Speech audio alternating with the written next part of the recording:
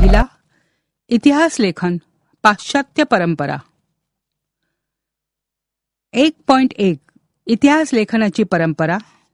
1.2 आधुनिक इतिहास लेखन. 1.3 युरोपमधील वैज्ञानिक दृष्टिकोनाचा विकास आणि इतिहास लेखन. 1.4 महत्त्वाचे विचारवंत. गतकाळात घडून गेलेल्या घटनांची क्रमशः संगती लावून त्यांचे आकलन करून घेणे या उद्दिष्टाने इतिहासाचे संशोधन, लेखन आणि अभ्यास केला जातो. ही एक अखंडितपणे चालणारी प्रक्रिया असते. वैज्ञानिक ज्ञानशाखांमध्ये उपलब्ध ज्ञानांची सत्यता पडताळून पाहण्यासाठी प्रायोगिक पद्धती आणि प्रत्यक्ष निरीक्षण यांचा अवलंब केला जातो. या पद्धतीच्या आधारे विविध घटनांच्या संदर्भातील सार्वकालिक आणि सार्वत्रिक नियम मांडणे आणि ते नियम पुन्हा पुन्हा सिद्ध करता येणे शक्य असते. इतिहास संशोधनामध्ये प्रायोगिक पद्धती, प्रत्यक्ष निरीक्षण यांचा अवलंब करणे शक्य नसते, कारण इतिहासातील घटना घडून गेलेल्या असतात तेव्हा त्यांच्या निरीक्षणासाठी आपण तेथे नसतो व त्या घटनांची पुनरावृत्ती करता येत नाही. तसेच सार्वकालिक आणि सार्वत्रिक नियम मांडणे आणि ते नियम सिद्ध करता येणे शक्य नसते. सर्वप्रथम ऐतिहासिक दस्तऐवज लिहिण्यासाठी ज्या भाषेचा आणि लिपीचा वापर केला गेला असेल त्यांचे वाचन करण्यासाठी आणि त्याचा अर्थ समजण्यासाठी ती भाषा आणि लिपी जाणणाऱ्या तज्ज्ञांची आवश्यकता असते. त्यानंतर अक्षरवटिका म्हणजे अक्षराचे वळण, लेखकाची भाषाशैली, वापरलेल्या कागदाच्या निर्मितीचा काळ आणि कागदाचा प्रकार, अधिकारदर्शक मुद्रा यासारख्या विविध गोष्टींचे जाणकार संबंधित दस्तऐवज अस्सल आहेत की नाही ते ठरवण्यास मदत करू शकतात. त्यानंतर इतिहास तज्ज्ञ ऐतिहासिक संदर्भाच्या तौलनिक विश्लेषणाच्या आधारे दस्तऐवजातील माहितीच्या विश्वासार्हतेची पडताळणी करू शकतात. इतिहास संशोधन पद्धती यामध्ये एकूण 6 विभाग आहेत.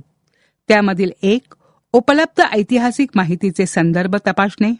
2 इतिहासाच्या साधनांचे चिकित्सक संशोधन. 3 संभाव्य परिकल्पना मांडणे. 4 ऐतिहासिक संदर्भाशी निगडित योग्य प्रश्नांची मांडणी करणे. 5 विशिष्ट ऐतिहासिक घटनांच्या उपलब्ध माहितींचे स्थलकालात्मक संदर्भ तसेच ऐतिहासिक अभ्यास पद्धतीच्या विविध संकल्पनात्मक चौकटींचे आकलन करून घेणे. आणि 6 ऐतिहासिक माहितींचे संकलन, ऐतिहासिक बदलांना कारणीभूत असणाऱ्या प्रक्रियांचे स्वरूप अधोरेखित करणे आणि त्यांचे तौलनिक विश्लेषण करणे. क्रमांक 2 इतिहास संशोधनास सहाय्यभूत होणाऱ्या विविध ज्ञानशाखा व संस्था आहेत. उदाहरणार्थ पुरातत्व, अभिलेखागार, हस्तलिखितांचा अभ्यास, पुराभिलेख, अक्षरवटिकाशास्त्र, भाषारचनाशास्त्र, नाणकशास्त्र, वंशावळीचा अभ्यास इत्यादी. 1.1 इतिहास लेखनाची परंपरा. इतिहासात उपलब्ध पुराव्यांचे चिकित्सापूर्वक संशोधन करून भूतकाळात घडून गेलेल्या घटनांची मांडणी कशी केली जाते हे आपण पाहिले. अशी मांडणी करण्याच्या लेखन पद्धतीला इतिहास लेखन असे म्हणतात. अशा प्रकारे इतिहासाची चिकित्सापूर्वक मांडणी करणाऱ्या संशोधकाला इतिहासकार असं म्हटलं जातं. अर्थातच इतिहासाची मांडणी करताना भूतकाळात घडून गेलेल्या प्रत्येक घटनेची नोंद घेणं आणि तिचे ज्ञान करून देणं इतिहासकाराला शक्य नसते. इतिहासाची मांडणी करताना इतिहासकार भूतकाळातल्या कोणत्या घटनांची निवड करतो हे त्याला वाचकांपर्यंत काय पोचवायचे आहे यावर अवलंबून असते. निवडलेल्या घटना आणि त्यांची मांडणी करताना अवलंबलेला वैचारिक दृष्टिकोन या गोष्टी इतिहासकाराच्या लेखनाची शैली निश्चित करतात. जगभरातील प्राचीन संस्कृतीमध्ये अशा प्रकारे इतिहास लेखन करण्याची परंपरा नव्हती, परंतु त्या लोकांना भूतकाळाची जाणीव किंवा जिज्ञासा नव्हती असे म्हणता येणार नाही. वडीलधाऱ्या व्यक्तींकडून ऐकलेल्या पूर्वजांच्या जीवनाच्या पराक्रमाच्या गोष्टी पुढच्या पिढीपर्यंत पोहोचवण्याची आवश्यकता त्या काळीही भासत होती. गुहाचित्राद्वारे स्मृतींचे जतन, कहाण्यांचे कथन, गीत आणि पोवाड्यांचे गायन यासारख्या परंपरा जगभरातील संस्कृतीमध्ये अतिप्राचीन काळापासून अस्तित्वात होत्या. आधुनिक इतिहास लेखनात त्या परंपराचा साधनांच्या स्वरूपात उपयोग केला जातो. माहीत आहे का तुम्हाला असं एका चौकटीत आहे, फ्रान्स येथील लुब्र या संग्रहालयातील सर्वाधिक प्राचीन शिलालेख. वर शिलालेखाचं चित्र आहे आणि या चित्रात हातात ढाल आणि भाला घेतलेल्या सैनिकांची शिस्तबद्ध रांग आणि त्यांचे नेतृत्व करणारे सेनानी दिसत आहेत. ऐतिहासिक घटनांच्या लिखित नोंदी करण्याच्या परंपरेची सुरुवात मेसोपोटोमियातील सुमेर संस्कृतीमध्ये झाली असे सद्य परिस्थितीत म्हणता येईल. सुमेर साम्राज्यात होऊन गेलेले राजे, त्यांच्यामधील संघर्षाच्या कहाण्या, त्यांची वर्णने तत्कालीन शिलालेखांमध्ये जतन केलेली आहेत. त्यातील सर्वाधिक प्राचीन शिलालेख सुमारे 4500 वर्षांपूर्वी सुमेरमधील 2 राज्यांमध्ये झालेल्या युद्धाची नोंद करणारा असून तो सध्या फ्रान्समधील लुर्व या जगप्रसिद्ध संग्रहालयात ठेवलेला आहे. 1.2 आधुनिक इतिहास लेखन. आधुनिक इतिहास लेखनाच्या पद्धतीची 4 प्रमुख वैशिष्ट्ये सांगितली जातात. 1. ही पद्धती शास्त्रशुद्ध आहे. तिची सुरुवात योग्य प्रश्नांची मांडणी करण्यापासून होते. 2. हे प्रश्न मानव केंद्रित असतात, म्हणजेच ते भूतकाळातील विविध मानवी समाजाच्या सदस्यांनी विशिष्ट कालावधीत केलेल्या कृती संबंधात असतात. पान क्रमांक 3. इतिहासात त्या कृतींचा संबंध दैवी घटना किंवा देवदेवतांच्या कथा कहाण्यांशी जोडण्याचा प्रयत्न केला जात नाही. 3. या प्रश्नांच्या इतिहासातील उत्तरांना विश्वासार्ह पुराव्यांचा आधार असतो, त्यामुळे इतिहासाची मांडणी तर्क सुसंगत असते. 4. मानवी जातीने भूतकाळात केलेल्या कृतींच्या आधारे मानवजातीच्या वाटचालीचा वेध इतिहासात घेतला जातो. वरील वैशिष्ट्यांनी युक्त असलेल्या आधुनिक इतिहास लेखनाच्या परंपरेची बीजे प्राचीन ग्रीक इतिहासकारांच्या लेखनात आढळतात असं मानलं जातं. हिस्ट्री हा शब्द ग्रीक भाषेतील आहे. इसवी सन पूर्व 5व्या शतकात होऊन गेलेल्या हेरोडोटस या ग्रीक इतिहासकाराने तो प्रथम त्याच्या द हिस्ट्रीज या ग्रंथाच्या शीर्षकासाठी वापरला. 1.3 युरोपमधील वैज्ञानिक दृष्टिकोनाचा विकास आणि इतिहास लेखन. इसवी सनाच्या 18व्या शतकाच्या काळापर्यंत युरोपमध्ये तत्वज्ञान आणि विज्ञान या क्षेत्रांमध्ये लक्षणीय प्रगती झाली. वैज्ञानिक पद्धतीचा उपयोग करून सामाजिक आणि ऐतिहासिक वास्तवांचाही अभ्यास करता येणं शक्य आहे असा विश्वास विचारवंतांना वाटू लागला होता. पुढील काळात युरोप अमेरिकेमध्ये इतिहास आणि इतिहास लेखन या विषयासंबंधी खूप विचारमंथन झाले. इतिहास लेखनामध्ये वस्तुनिष्ठतेला महत्त्व येत गेले.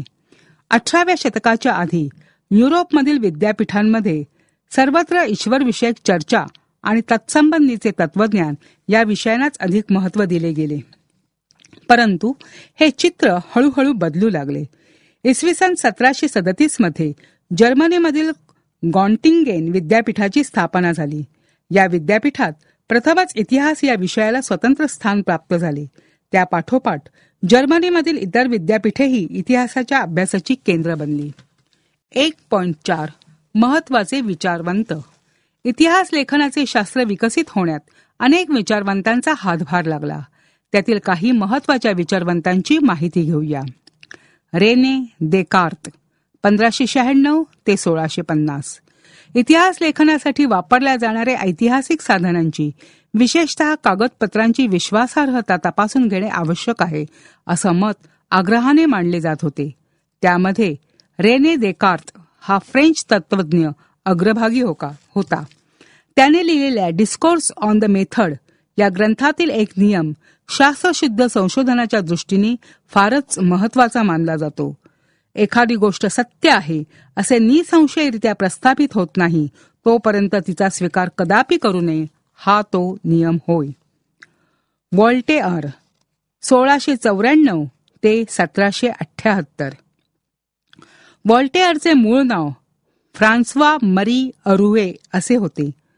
व्हॉल्टेअर या फ्रेंच तत्वज्ञानाने इतिहास लेखनासाठी केवळ वस्तुनिष्ठ सत्य आणि घटनांचा कालक्रम एवढ्यावरच लक्ष केंद्रित न करता तत्कालीन समाजाच्या परंपरा, व्यापार, आर्थिक व्यवस्था, शेती इत्यादी गोष्टींचा विचार करणे आवश्यक आहे हा विचार मांडला. त्यामुळे इतिहासाची मांडणी करताना मानवी जीवनाचा सर्वांगीण विचार व्हायला हवा हा विचार पुढे आला.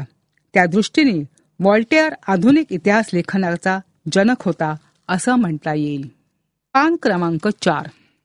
जॉर्ज विल्हेम फ्रेडरिक हेगल 1770 ते 1831. या जर्मन तत्वज्ञानाने ऐतिहासिक वास्तव्य तर्कशुद्धतेने मांडले गेले पाहिजे यावर भर दिला. इतिहासातील घटनाक्रम प्रगतीचे टप्पे दर्शवणारा असतो. त्याचबरोबर इतिहासाची मांडणी इतिहासकाराला वेळोवेळी उपलब्ध होत असलेल्या पुराव्यानुसार बदलत जाणे स्वाभाविक असते असे प्रतिपादन त्याने केले. त्याच्या विवेचनामुळे इतिहासाच्या अभ्यास पद्धती विज्ञानाच्या पद्धतींपेक्षा वेगळ्या असल्या तरी त्या कमी प्रतीच्या नाहीत अशी अनेक तत्वज्ञानांची खात्री पटली.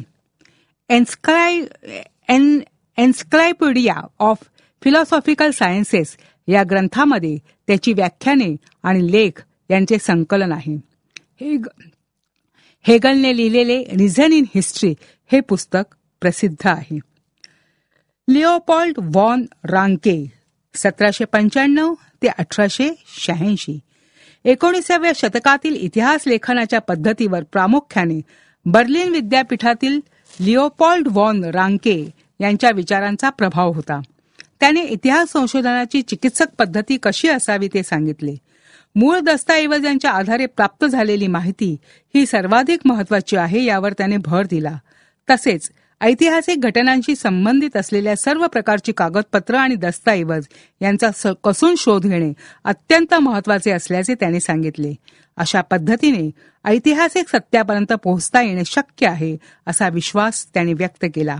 इतिहास लेखनातील काल्पनिकतेवर त्याने टीका केली. त्याने जागतिक इतिहासाच्या मांडणीवर भर दिला. The theory and practice of history आणि the secret of world history या ग्रंथामध्ये त्याच्या विविध लेखाचे संकलन आहे. कार्ल मार्क्स 1818 ते 1883. 19व्या शतकाच्या उत्तरार्धात कार्ल मार्क्स याने मांडलेल्या सिद्धांतामुळे इतिहासाच्या दृष्टिकोनात महत्वाचा बदल घडवून आणणारी वैचारिक प्रणाली अस्तित्वात आली. इतिहास अमूर्त कल्पनांचा नसून जिवंत माणसांचा असतो. माणसांमधील नातेसंबंध त्याच्या मूलभूत गरजा भागवण्यासाठी उपलब्ध असलेल्या उत्पादन साधनांच्या स्वरूपावर व मालकीवर अवलंबून असतात. समाजातील वेगवेगळ्या घटकांना ही साधने समप्रमाणात उपलब्ध होत नाही. त्यातून समाजाची वर्गवार आधारित विषम विभागणी होऊन वर्गसंघर्ष निर्माण होतो. पान 5. मानवी इतिहास अशा वर्गसंघर्षाचा इतिहास असून ज्या वर्गाच्या ताब्यात उत्पादन साधने असतात तो इतर वर्गांचे आर्थिक शोषण करतो अशी मांडणी त्याने केली. त्याचा दास कॅपिटल हा ग्रंथ जगप्रसिद्ध आहे. ॲनल्स प्रणाली 20व्या शतकाच्या सुरुवातीमध्ये फ्रान्समध्ये ॲनल्स नावाने ओळखली जाणारी इतिहास लेखनाची प्रणाली उदयाला आली. ॲनल्स प्रणालीमुळे इतिहास लेखनाला एक वेगळीच दिशा मिळाली. इतिहासाचा अभ्यास फक्त राजकीय घडामोडी, राजे, महान नेते आणि त्या अनुषंगाने राजकारण, मुत्सद्देगिरी, युद्ध यांच्यावर केंद्रित न करता तत्कालीन हवामान, स्थानिक लोक, शेती, व्यापार, तंत्रज्ञान, दळणवळण, संपर्काची साधनं, सामाजिक विभागणी आणि समूहाची मानसिकता यासारख्या विषयांचा अभ्यास करणंही महत्वाचं मानलं जाऊ लागलं. ॲनल्स प्रणाली सुरू करण्याचे आणि तिचा विकास करण्याचे श्रेय फ्रेंच इतिहासकारकांना दिले जाते. स्त्रीवादी इतिहास लेखन. स्त्रीवादी इतिहास लेखन म्हणजे स्त्रियांच्या दृष्टिकोनातून केलेली इतिहासाची पुनर्रचना. सिमॉन द बोव्हॉर या फ्रेंच विदुषीने स्त्रीवादाची मूलभूत भूमिका सिद्ध केली. स्त्रीवादी इतिहास लेखनामध्ये स्त्रियांचा अंतर्भाव करण्याबरोबर इतिहास लेखनाच्या क्षेत्रातील पुरुषप्रधान दृष्टिकोनाचा पुनर्विचार करण्यावर भर दिला गेला. त्यानंतर स्त्रियांच्या आयुष्याशी निगडित नोकरी, रोजगार, ट्रेड युनियन, त्यांच्यासाठी काम करणाऱ्या संस्था, स्त्रियांचे कौटुंबिक आयुष्य यासारख्या विविध पैलूंचा सविस्तर विचार करणारे संशोधन सुरू झाले. 1990 नंतर स्त्री हा एक स्वतंत्र सामाजिक वर्ग मानून इतिहास लिहिण्यावर भर दिला गेलेला दिसतो. मायकेल फुको 1926 ते 1984. 20व्या शतकातील फ्रेंच इतिहासकार मायकेल फुको याच्या लिखाणातून इतिहास लेखनाची एक नवीन संकल्पना पुढे आली. त्याच्या आर्किओलॉजी ऑफ नॉलेज या ग्रंथामध्ये त्यांनी इतिहासाची कालक्रमानुसार अखंड मांडणी करण्याची पद्धत चुकीची आहे असं प्रतिपादन केलं. पुरातत्वामध्ये अंतिम सत्यापर्यंत पोहोचणं हे उद्दिष्ट नसून भूतकाळातील स्थित्यंतरांचे स्पष्टीकरण देण्याचा प्रयत्न असतो याकडे त्याने लक्ष वेधलं. फुको यांनी इतिहासातील स्थित्यंतराचे स्पष्टीकरण देण्यावर भर दिला, म्हणून त्याने या पद्धतीला ज्ञानाचे पुरातत्व असं म्हटलं आहे. इतिहासकारांनी पूर्वी विचारात न घेतलेल्या मनोविकृती, वैद्यकशास्त्र, तुरुंग व्यवस्था यासारख्या विषयांचा त्याने इतिहासाच्या दृष्टीतून विचार केला. आधुनिक इतिहास लेखनाची व्याप्ती अशा रीतीने सतत विस्तारित केली. साहित्य, स्थापत्य, शिल्पकला, चित्रकला, संगीतकला, नृत्यकला, नाट्यकला, चित्रपट निर्मिती, दूरदर्शन यासारख्या विविध विषयांचे स्वतंत्र इतिहास लिहिले जाऊ लागले. या धड्यामध्ये चौकटीत लिहिलेलं आहे, जाणून घ्या. हेगलच्या मते कोणत्याही घटनेचा अर्थ लावण्यासाठी तिची वर्गवारी दोन विरोधी प्रकारात करावी लागते. त्याशिवाय मानवी मनाला त्या घटनेचे आकलन होत नाही. उदाहरणार्थ, खरं खोटं, चांगलं वाईट या पद्धतीला द्वंद्ववाद, डायलेक्टिक्स असे म्हटले जाते. या पद्धतीत प्रथम एक सिद्धांत मांडला जातो, त्यानंतर त्या सिद्धांताला छेद देणारा प्रतिसिद्धांत मांडला जातो. त्या दोन्ही सिद्धांतांच्या तर्काधिष्ठित उहापोहानंतर त्या दोहोंचे सार ज्यात सामावलेले आहे अशा सिद्धांतांची समन्वयात्मक मांडणी केली जाते. 6